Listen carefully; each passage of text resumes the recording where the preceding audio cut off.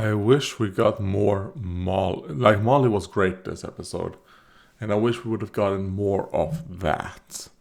I didn't really care that much for the Farigiraf part of it. Or even the photographer. I think we got a bit more, too much of him. I think it would have been better if this would have focused more on the fact that, well, he used to be a crewmate. And like him and Molly obviously had something going on. Maybe if we went deeper into that, I would have liked it a bit more. Because the scene that you see in front of you right now with Molly and Liko talking in front of, like, just talking, was the best part of the episode. I like that part. Everything else was kind of like, it wasn't bad, but it was boring. So yeah, I mean, there was a good characterization. I liked Lucky in this episode as well. But I mean, we need more characterization for Molly and Orla.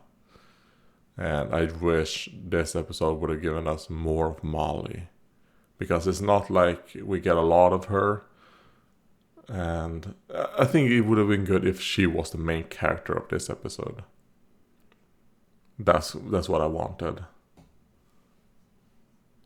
But yeah, also I forgot to talk about. I said I was going to talk about, the comment that Lazul said, and then the replies that people made to his comment.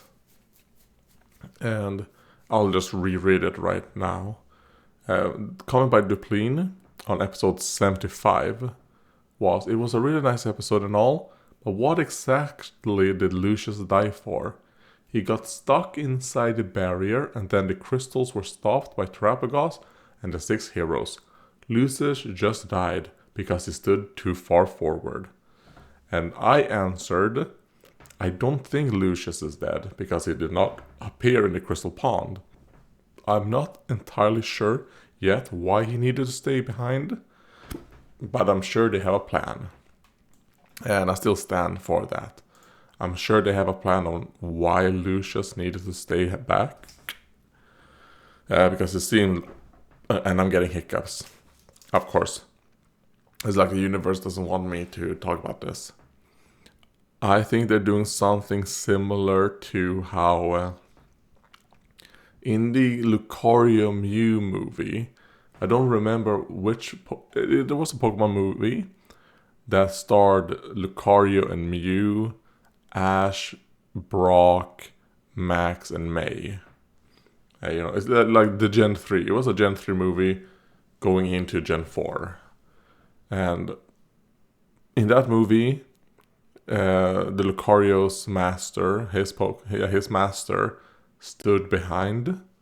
And then at the end of the movie, Lucario joined him, and then they both died.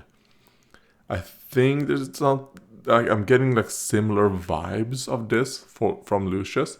Obviously, Lucius is not dead because he didn't appear in the crystal pond. And this also confirms that, well, Ristle is dead because she did. Both Ristle and Diana's mother are dead, right? Because they appeared. And then there was a comment by Ra88Full that said, I don't think Lucius is dead, more trapped in a space where he doesn't age. And then the Plume answered, that could be right. Gibeon is way over 100 and doesn't even look that old. Maybe Lacuium keeps you youthful and Lucius is surrounded by it, lol. And yeah, I think we're all right when it comes to that. That Lucius is still alive. Because of the Arcurium, like it makes things. It seems like the Arcurium is a bit kind of like Xerneas in a sense, in the fact that it makes things grow and stay alive. And I think the reason why those trees were dead is because, well, maybe the Arcurium is more like an allegory to like a cancer, maybe, where it just keeps growing. And then, no.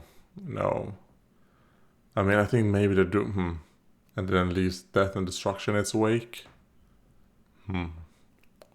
We'll wait and see. I was gonna go like, It's a bit kind of like Xerneas because of just the alive part.